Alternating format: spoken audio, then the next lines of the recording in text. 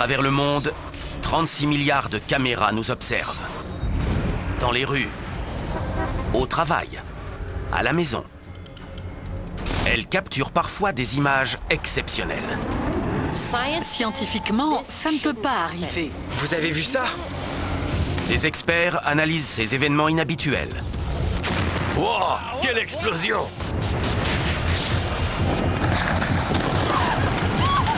Ça n'a aucun sens. Il doit y avoir une explication logique. Mais qu'est-ce qui se passe exactement? Dans cet épisode, une gigantesque boule puante pourrait-elle avoir causé cette curieuse explosion? C'est épouvantable, les gens courent en tous sens, effrayés. Une boue meurtrière se dirige vers une ville américaine. Si vous tombez là-dedans, vous êtes carbonisé en un instant. Et à la suite d'un accident de la route, une cargaison inattendue se déverse d'une camionnette. 7, 8, 9, 10. Mais ils sont combien dans cette camionnette? Et il y en a d'autres qui sortent. Comment ont-ils pu tous rentrer? D'étranges phénomènes, Oh mon Dieu! des mystères ont été filmés. Que cachent ces étranges vidéos?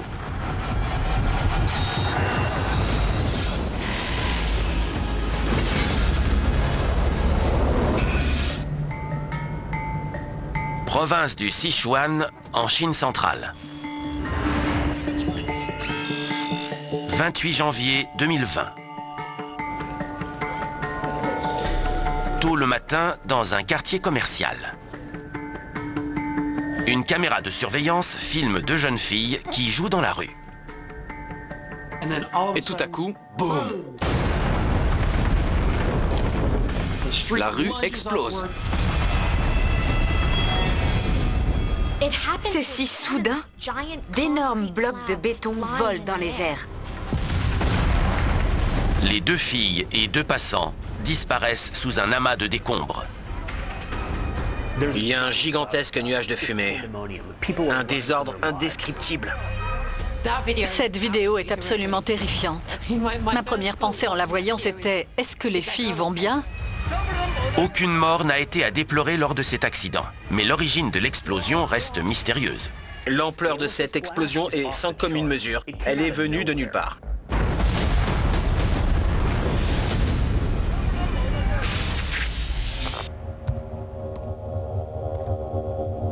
Connor McCourt, ancien analyste vidéo de la police de New York, remarque la gestuelle d'une des deux jeunes filles juste avant le drame. La fille en violet se penche. Et il semble bien qu'elle pose quelque chose au sol. Dans la seconde qui suit, le sol vole en éclats.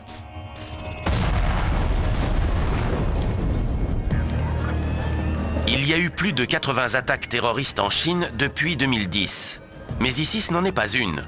La journaliste scientifique Liberty Wittert pense que les filles se sont peut-être livrées à un jeu dangereux qui a terriblement mal tourné. Il y a une tendance très répandue en Chine qui consiste pour de jeunes enfants à jeter des pétards ou des dispositifs pyrotechniques dans des bouches d'égout.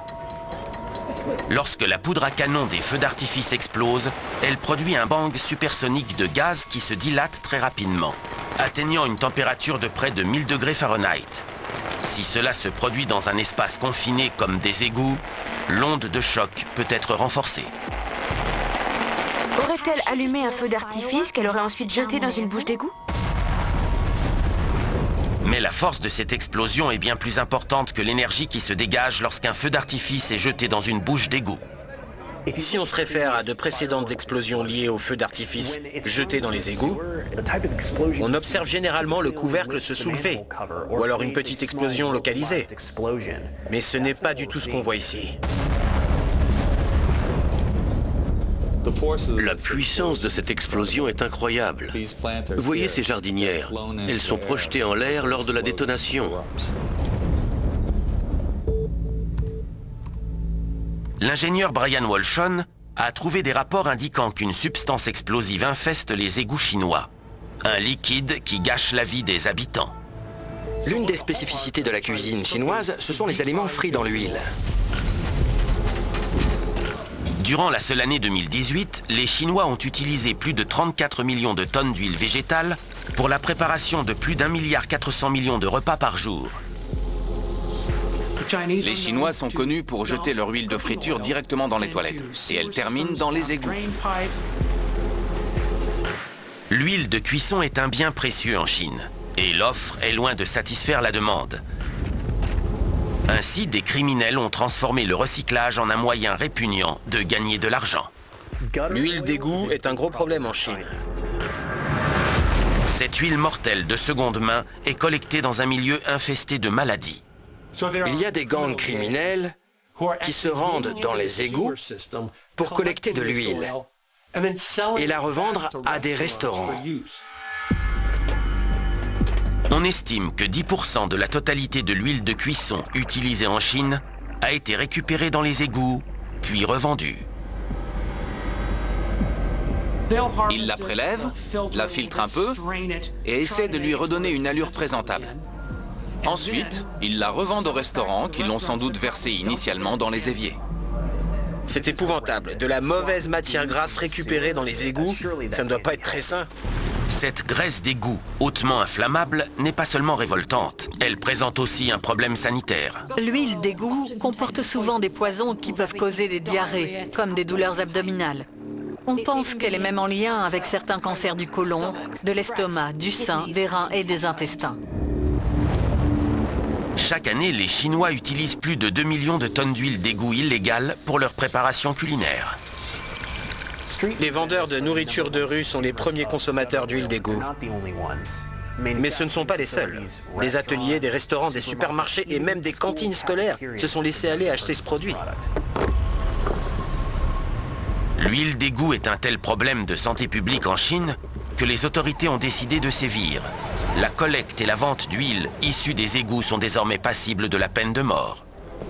En 2014, Zhu Chuanfeng a été condamné à mort. Il était à la tête d'un gigantesque réseau de trafic d'huile d'égout qui lui a rapporté plus de 4 millions de dollars. Craignant la peine capitale, les criminels sont désormais moins enclins à récupérer cette matière grasse répugnante dans les égouts. Mais cette mesure a engendré un nouveau casse-tête explosif pour les autorités chinoises. Les Chinois marchent littéralement sur des bombes à retardement.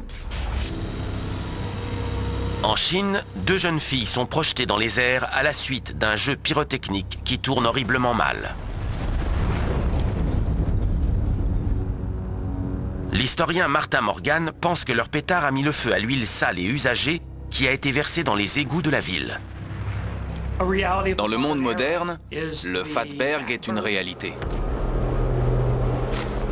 Il s'agit d'un gros amas de graisse formé notamment à partir des huiles de cuisson jetées dans les égouts. Il s'agglomère avec divers éléments et il se solidifie. Cela pose aussi un gros problème en Occident. En 2017, un fatberg géant qui bloquait les égouts de Londres a été découvert. Cette masse fétide de graisse, d'huile, de matière fécale, de seringues et de couches mesurait plus de 180 mètres de longueur et pesait l'équivalent de 11 bus scolaires. Il a fallu 9 semaines pour l'extraire. Aujourd'hui, ces monstres de graisse grandissent juste sous les pieds des Chinois. Ces énormes conglomérats sont potentiellement explosifs. Les fatbergs contiennent de l'huile de cuisson, du méthane et du sulfure d'hydrogène. Un cocktail puissant qui peut se transformer en fournaise de graisse s'il est allumé par un feu d'artifice. C'est un cauchemar de plus qui peut troubler votre sommeil. Un fatberg se trouve-t-il sous votre maison, n'attendant qu'un pétard pour exploser? On ne sait pas précisément pourquoi le jeu des petites filles a pris une telle tournure catastrophique. Mais les autorités chinoises ont saisi les municipalités. Désormais, il leur appartient de faire nettoyer les égouts et de gérer la transformation des dépôts en énergie propre. L'objectif est d'empêcher des tragédies comme celle-ci de se reproduire. Mais n'est-il pas trop tard déjà? Ces égouts peuvent avoir accumulé 10 années de nitrate et d'ammoniac en décomposition. Une dangereuse poudrière prête à exploser. Aussi loin que je me souviens, je voyais des défunts. Ça m'a comme fait un choc. Il y a quelqu'un dans ma chambre. Je savais pas que la maison était à ce point-là hantée. Enfance paranormale, jeudi 19h30 à Canal D.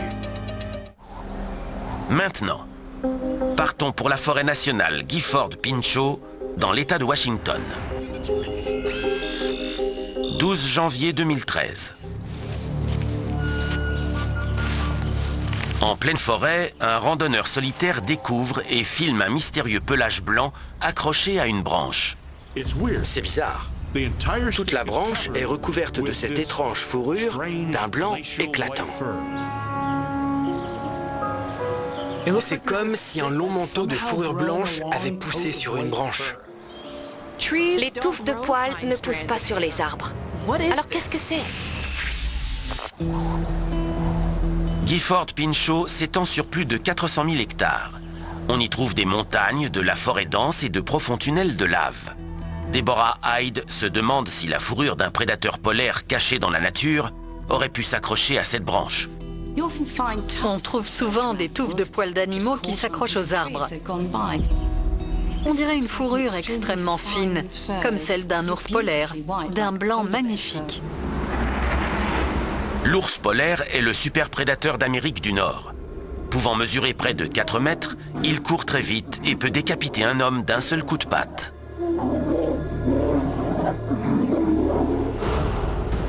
Ces dernières années, on en a vu certains s'approcher des zones urbaines, en quête de nourriture. En 2018, 2 Canadiens ont été tués lors de 2 attaques distinctes d'ours polaires. Il est logique que certains associent cette fourrure blanche à ces terrifiantes créatures.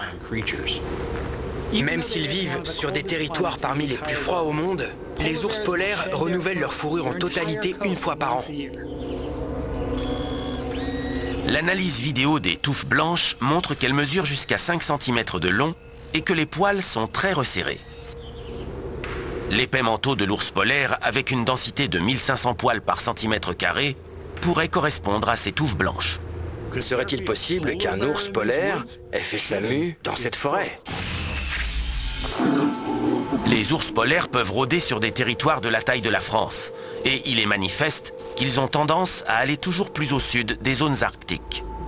En mars 2021, un ours en Russie a parcouru plus de 1000 km vers le sud. Il a terrorisé les villageois de Djebariki-Keya. Appâté par de la graisse de phoque, il a finalement été piégé dans une cage. Mais aux Amériques, il est très rare que les ours polaires s'aventurent si loin de leur terrain de chasse habituel. L'endroit le plus méridional où un ours polaire n'ait jamais été repéré est la baie de James, au nord de l'Ontario, au Canada. Et c'est à des centaines de kilomètres de cette forêt, dans l'État de Washington, où l'arbre couvert de poils a été découvert. Comme on dit au Texas, si c'est un ours polaire, je mange mon chapeau. Dans une forêt de l'État de Washington, un randonneur découvre un arbre recouvert de mystérieux poils blancs. Et lorsque les touffes blanches entrent en contact avec sa peau, quelque chose d'étrange se produit. Les poils fondent littéralement au contact de ses doigts. Et ça ressemble à une fourrure animale, mais ça ne se comporte pas comme telle. Quand on la touche, elle disparaît. En y regardant de plus près, on peut voir que ces touffes de poils sont attachées à la branche, comme si elles avaient poussé dessus. On ne voit pas ça, normalement, sur les arbres. J'en viens donc à penser que c'est dû à une sorte de champignon. Ce qui ressemble à des touffes de poils est en fait de la glace, produite par un champignon qui attaque lentement l'arbre. Il s'agit d'Exidiopsis effusa, un champignon extrêmement rare. Le champignon ronge l'arbre depuis l'intérieur. Ce phénomène produit du dioxyde de carbone, ce qui fait sortir l'eau contenue dans le bois. Normalement, lorsque les températures sont basses, l'eau se transforme en glace, dont l'allure nous est familière. Mais la présence du champignon Exidiopsis effusa fait geler cette eau en lui donnant l'apparence de touffes de poils fins. Ces filaments glacés résultent de la bataille mortelle entre l'arbre et le champignon. Cet arbre est tel un zombie. Il est à la fois mort et vivant. Le champignon expulse l'humidité contenue dans le bois en décomposition et au contact de l'air, elle gèle. Ce phénomène se poursuivant, les filaments de glace deviennent de plus en plus longs. Au fur et à mesure que le champignon ronge le bois, il relâche des inhibiteurs de la recristallisation semblables à des protéines aux propriétés antigel. C'est ce qui donne aux filaments leur forme unique. La raison de ce phénomène reste un mystère. Mais les scientifiques savent que les champignons ont développé plusieurs stratégies pour tromper et consommer leur proie. Les champignons sont à la fois rusés et mortels. C'est une dangereuse combinaison. S'ils en ont l'occasion, ils peuvent aussi attaquer les humains.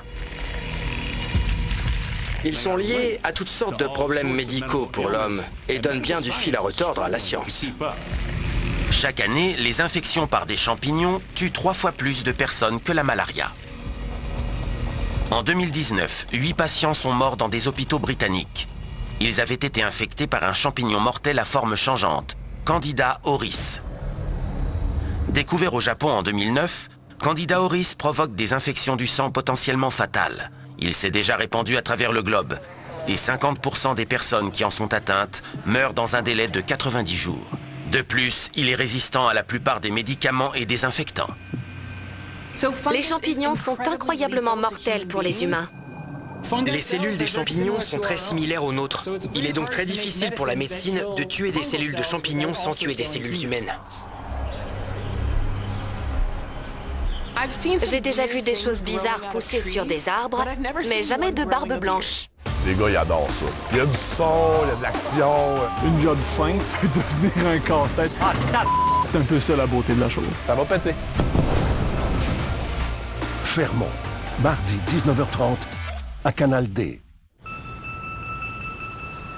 Maintenant, une autoroute chargée en banlieue de Vienne, en Autriche.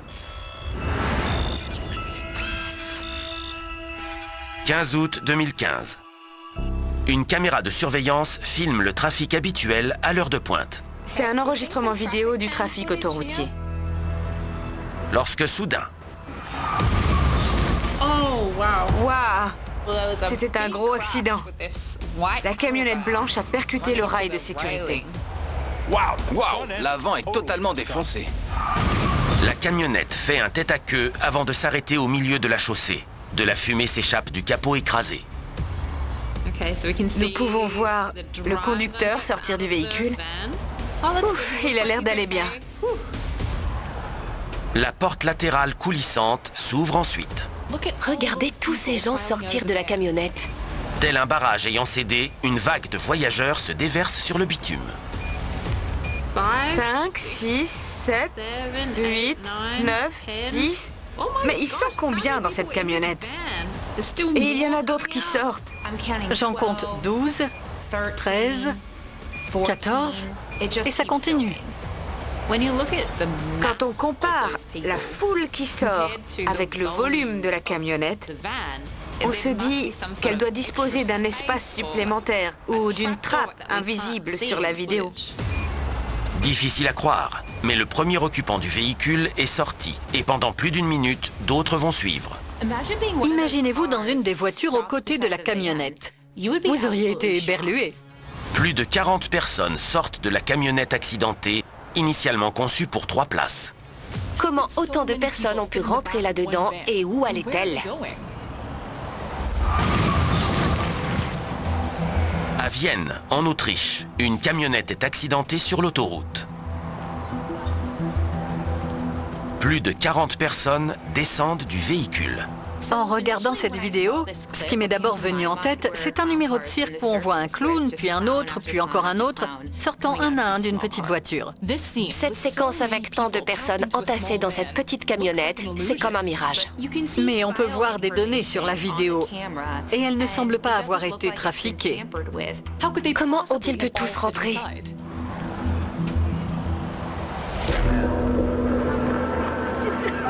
Beaucoup de personnes peuvent tenir dans un seul véhicule. En 2014, à Brighton, en Angleterre, 27 femmes ont réussi à entrer dans une Mini, battant ainsi le record du monde. Une Mini offre un espace intérieur de moins de 2 mètres carrés.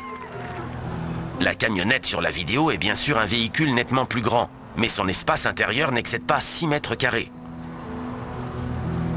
Les humains ont besoin d'environ 25 mètres carrés pour être à l'aise, mais ils peuvent survivre dans un espace bien plus petit. Les participantes au concours ne se sont entassées dans une Mini que durant quelques minutes éprouvantes. Mais la voiture n'aurait jamais été autorisée à circuler, et encore moins sur une autoroute. Siobhan Deschauer craint que la vidéo de la camionnette témoigne d'une sinistre réalité. Personne n'irait s'entasser de son plein gré à l'arrière d'une camionnette. On voit le conducteur agir de manière louche. D'abord, il semble faire des allers-retours le long du véhicule. Ensuite, il attrape quelque chose à l'intérieur et se met à courir. Il n'a pas du tout l'air de se préoccuper de ses passagers.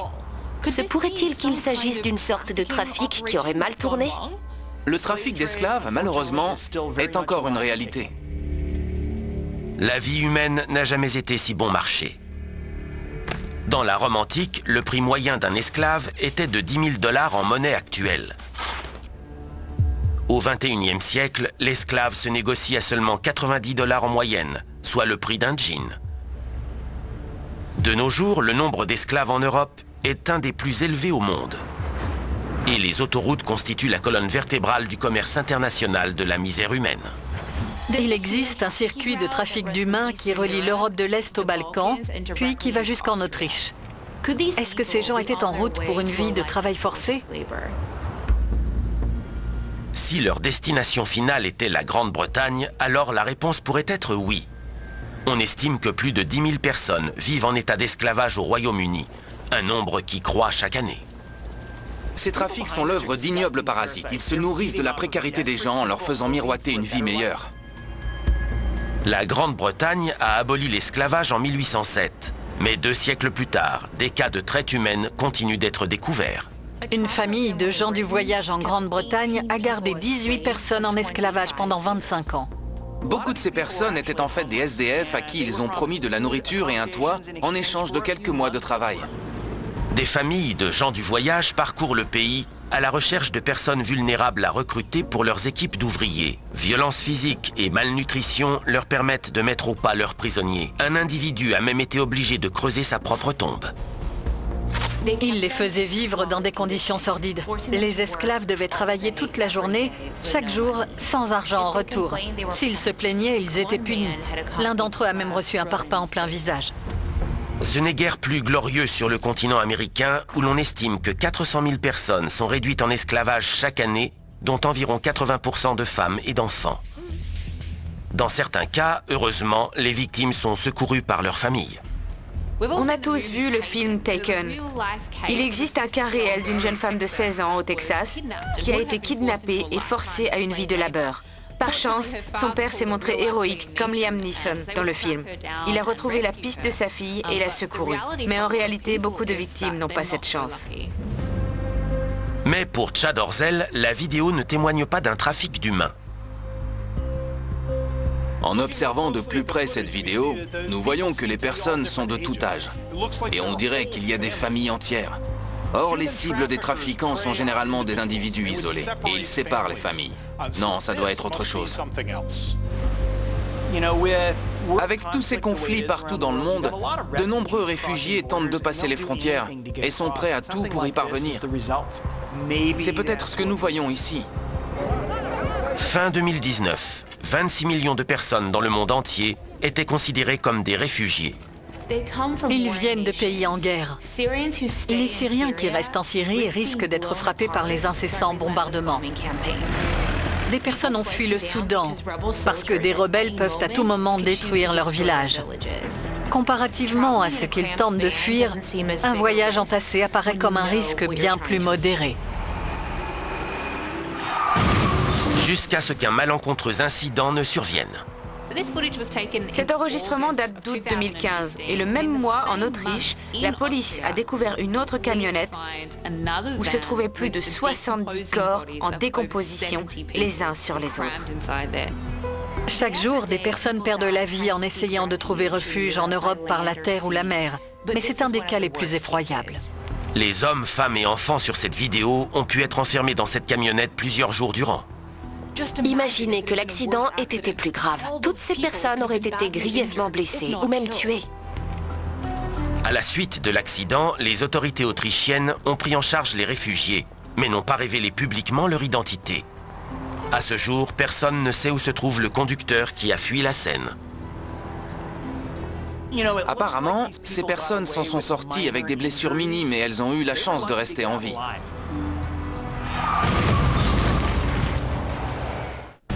Cet hiver, des phénomènes paranormaux. Commençant à entendre des voix. Des défis colossaux. T'as pas le droit à l'erreur. Des conditions alarmantes. Ça passe ou ça casse. Canal D, 30 ans à tout découvrir. Direction le Costa Rica, en Amérique centrale. Juillet 2018. Un électricien effectue des réparations sur une maison délabrée dans un village, lorsqu'il aperçoit un câble pour le moins étrange. Ça ressemble à une corde noire ou à un câble électrique. Lorsqu'il s'en approche, il fait une découverte incroyable. Ça bouge. Ce truc est vivant. Je n'avais jamais rien vu de tel de toute ma vie. C'est comme une corde, sauf qu'il n'y a pas de corde. Il s'agit en fait d'une sorte de guirlande de fourmis. Je pense qu'il y en a des milliers. Wow! C'est complètement dingue! Les cordes sont-elles censées grouiller comme ça? À première vue, on dirait que les fourmis se déplacent sur une corde. Mais en y regardant de plus près, on s'aperçoit qu'elles se grimpent les unes sur les autres. C'est en quelque sorte une corde faite de fourmis. On dirait qu'elles transportent des larves ou des œufs. Ces fourmis sont en train de chasser. On dirait un nid de guêpes ou d'abeilles auquel le cordon de fourmis est attaché. Ces fourmis semblent défier la gravité. Comment progressent-elles là-dessus? Comment ces fourmis ont-elles construit une corde reliant le toit de la maison au nid de guêpes, sans qu'il n'y ait rien entre les deux? Quelle est cette sorcellerie? Dans la jungle costaricienne, un homme filme un pont vivant de fourmis défiant la gravité en pleine frénésie de ravitaillement. En examinant la vidéo, l'entomologiste Kevin Kasky parvient à identifier l'espèce de fourmi à l'œuvre. Je pense que ce sont des fourmis légionnaires. Et la spécificité des fourmis légionnaires, c'est qu'elles défilent littéralement en ligne droite. Contrairement à d'autres, les fourmis légionnaires ne construisent pas de fourmilière. Elles sont constamment en mouvement. Les fourmis légionnaires mesurent plus d'1 centimètre et sont quasiment aveugles. De prime abord, ces soldats n'ont rien d'impressionnant, mais la taille peut s'avérer trompeuse. Individuellement, une fourmi paraît insignifiante. Elle ne fait que manger, dormir et suivre les ordres de la reine. Mais mettez-les ensemble et elles forment alors une méga-unité extrêmement efficace. Rassemblées, les fourmis constituent un redoutable superorganisme. Certaines colonies de fourmis légionnaires sont composées de 20 millions d'individus, tous contrôlés par une reine toute puissante. Et cette machine militaire à la cohésion exemplaire est fondamentalement nomade. Elle se déplace sans relâche à travers la jungle, ne laissant rien sur son passage. Tout ce qui se trouve sur leur chemin sera submergé par leur multitude et potentiellement détruit. Les parties de chasse des fourmis légionnaires peuvent se solder par la mort de plus de 500 000 créatures par jour. Les fourmis légionnaires sont munies de terribles et imposantes mandibules qui agissent comme des ciseaux capables de trancher leur proie. Leur morsure est très douloureuse et leurs mandibules si puissantes qu'une fois refermées, il est très difficile de les retirer. Même si le corps de la fourmi se détache, sa tête continue à mordre dans une étreinte mortelle. Malgré leur taille, les fourmis légionnaires sont des athlètes de haut niveau. Elles progressent en colonne à la vitesse de 10 cm par seconde. À ce rythme, un humain marcherait à 60 km/h. La plupart des proies ne peuvent pas leur échapper. Lorsqu'elles attaquent, elles arrivent en nombre sur leur proie qui pourrait presque ne pas les remarquer, jusqu'à ce qu'elles se mettent à mordre quasiment toutes en même temps. Dès lors, il n'existe pour ainsi dire aucun moyen de les arrêter. En même temps qu'elles découpent et tuent leur proie, elles sécrètent un acide qui, en quelque sorte, ronge la surface du corps. Ça leur facilite la tâche et leur laisse plus de temps pour passer à leur prochaine victime. Ça leur prendrait un certain temps de vous grignoter entièrement. Mais une fois lancés, Elles sont inarrêtables. Individuellement, les fourmis sont faibles et minuscules, mais regroupées en armée, elles peuvent être mortelles. Toute créature ayant le malheur de croiser leur chemin trouvera la mort. Quand elles ont faim, les fourmis légionnaires sont capables de dévorer des chats et des chiens coincés dans leur maison. Encore plus terrifiant, elles sont susceptibles de s'en prendre à des bébés humains. Un bébé qui avait été abandonné dans une forêt en Russie a été retrouvé recouvert de fourmis en train de se faire dévorer vivant. Par chance, il a survécu. C'est une vision d'horreur. J'en ai des frissons rien que d'y penser. Même si la proie de ces fourmis est située en hauteur, elles peuvent trouver un moyen de l'atteindre. Lorsqu'une armée de fourmis part chasser, elle peut former un pont qui lui permet de franchir des fossés ou d'autres obstacles qui pourraient leur barrer le passage. C'est de l'ordre de l'instinct. Lorsqu'une fourmi sent qu'il y a un trou dans le sol, elle ralentit. Mais les autres derrière continuent à avancer et lui marchent dessus. Lorsque suffisamment de fourmis ont procédé de la sorte, la corde vivante se renforce. À la manière d'un échafaudage qui se monte peu à peu, les fourmis progressent toujours plus haut et se rapprochent de leur proie. Quand une fourmi en sent une autre sur son dos, elle se fige. La fourmi sur son dos voit qu'il y a du vide et se met à son tour à ralentir. Et ce procédé se répète jusqu'à la formation d'un pont. Réussir une telle prouesse demande une force incroyable. Une fourmi peut porter environ 50 fois son poids. À l'échelle d'un humain, ce serait comme si nous étions capables de porter 2 rhinocéros sur notre tête. Mais un pont de fourmis comme celui-ci est un miracle d'ingénierie, même pour ces créatures inarrêtables. Ces ponts vivants ne dépassent généralement pas les 13 cm, mais celui-ci est gigantesque. Ce pont pourrait comporter des milliers de fourmis. En analysant le pont de fourmis du Costa Rica, on s'aperçoit qu'il mesure environ 1,80 m, soit 145 fourmis mises bout à bout. C'est comme si le pont traversant le Rio Grande à Taos, au Nouveau-Mexique, était remplacé par une file d'êtres humains. Le pont devait être bien plus rectiligne, mais à mesure que les fourmis se sont jointes, ce grand coude s'est formé. La longueur incroyable de cette chaîne vivante laisse penser qu'elles appartiennent à une colonie d'une taille inimaginable. Ce pont est composé de milliers de fourmis, donc il y a probablement des millions d'autres fourmis dans leur colonie pour que la construction d'un tel ouvrage vaille le coup. Je pense qu'il s'agit d'une super colonie de fourmis. En général, les colonies de fourmis n'ont qu'une seule reine, mais parfois, plusieurs colonies s'associent pour devenir encore plus puissantes. L'objectif principal des fourmis est de tuer et de manger tous les habitants du nid dans lequel elles entrent. C'est terrifiant. Si elles peuvent construire un pont de cette longueur, imaginez ce qu'elles pourraient faire si elles en construisaient un dans ma maison, ou encore pire, dans la vôtre. On estime que le nombre de fourmis sur notre planète se compte en milliers de milliards. Leur prochain pont pourrait bien se construire chez vous. Quand elles investissent les territoires urbains, leur nombre augmente. Et qui sera le prochain menu? Vous et moi. C'est parti! C'est au capitaine de dire à des hommes de sortir sur le pont et d'y risquer leur vie. Accrochez-vous! Je commets peut-être une terrible erreur. Péril en haute mer. Mardi 22h, à Canal D. Maintenant, rendons-nous dans le comté de Pima, en Arizona. 15 juillet 2020. Dans un paisible paysage désertique, un vidéaste animalier entend un bruit étrange. C'est alors qu'il en découvre la provenance. Au loin, on voit quelque chose qui avance vers nous. Ça ne paraît pas naturel et ça progresse très rapidement. Cette étrange coulée paraît inarrêtable.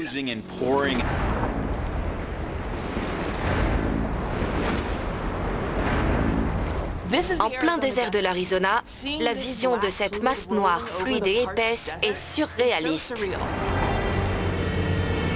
Une bien curieuse coulée visqueuse qui recouvre tout. On dirait une avalanche gluante et noire. Que peut bien être cette sinistre vague noire et d'où vient-elle? En Arizona, une vague de boue noire se dirigeant vers la ville de Tucson a été filmée. Le journaliste Jeff Wise a trouvé des documents rapportant d'étranges coulées noires visqueuses partout dans le monde. Une masse noire similaire a été vue à Caracas, au Venezuela. Ils appellent cela la mancha negra, c'est-à-dire la tache noire. La tache noire est apparue pour la première fois en 1986 sur une route près d'un aéroport. Initialement, elle ne mesure que quelques centimètres. Elle est d'apparence visqueuse comme un blob noir. Puis elle se répand lentement et recouvre des kilomètres de chaussée. La consistance de cette masse change avec la température. Quand il fait chaud, elle est plus fluide. La masse suintante a été accusée d'avoir provoqué plusieurs accidents de la route et même des morts. Même si ça paraît gluant, cette matière est glissante et peut faire perdre le contrôle à des usagers de la route. C'est tellement dangereux que les chauffeurs de taxi refusent de conduire lorsque le phénomène apparaît. Ils ne veulent pas risquer leur vie. Lorsque cette matière noire se répand, le gouvernement vénézuélien est bien en peine de trouver une solution. Ils ont tout essayé, y compris les jets d'eau sous pression pour tenter d'évacuer cette boue. Mais rien ne marche. Ils ont essayé les détergents et d'autres produits chimiques, ça ne fonctionne pas non plus. Ils ont même essayé de la pelleter avec différents équipements. Mais la matière noire revient toujours. Encore à ce jour, ils ignorent la nature de cette bizarre substance noire. Alors que le sombre torrent poursuit son avancée, Nick Householder repère un détail terrifiant qui distingue cette coulée-ci de la substance apparue au Venezuela. On dirait un mélange de boue et de morceaux de bois, mais ça paraît extrêmement chaud. Ça coule comme de l'eau, mais on voit de la fumée, comme si c'était en fusion. C'est une masse fumante et bouillonnante qui avance. Si vous tombez là-dedans, vous êtes carbonisé en un instant. L'historienne Ashanti Davis a trouvé des cartes indiquant une forêt située en hauteur du lieu de tournage de la vidéo. La coulée charrie énormément de matière calcinée. Ça pourrait provenir d'un incendie de forêt.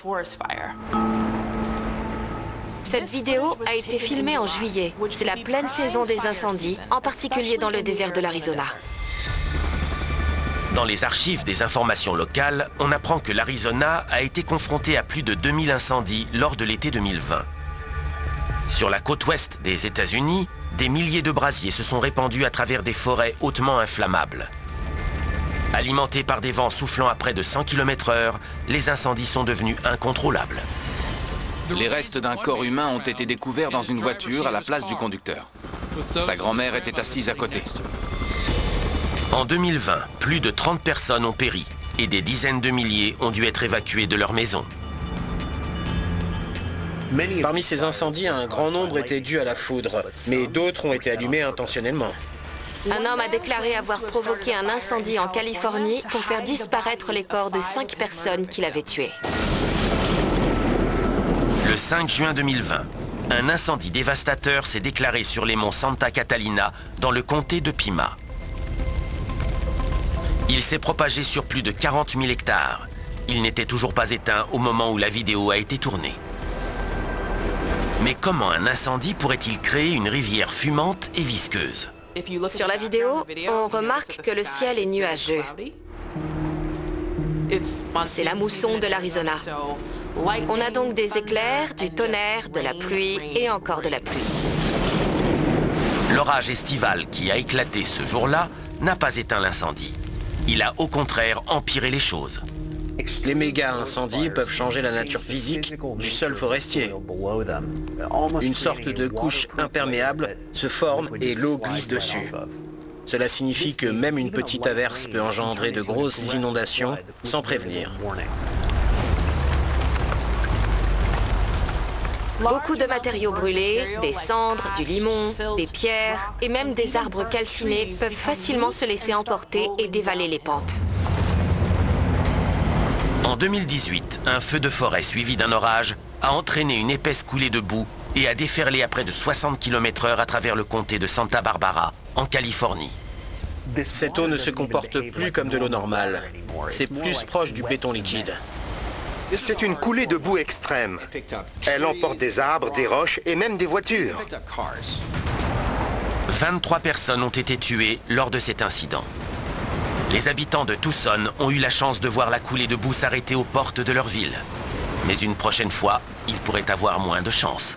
Au rythme auquel les incendies se multiplient, le risque de dommages collatéraux augmente aussi.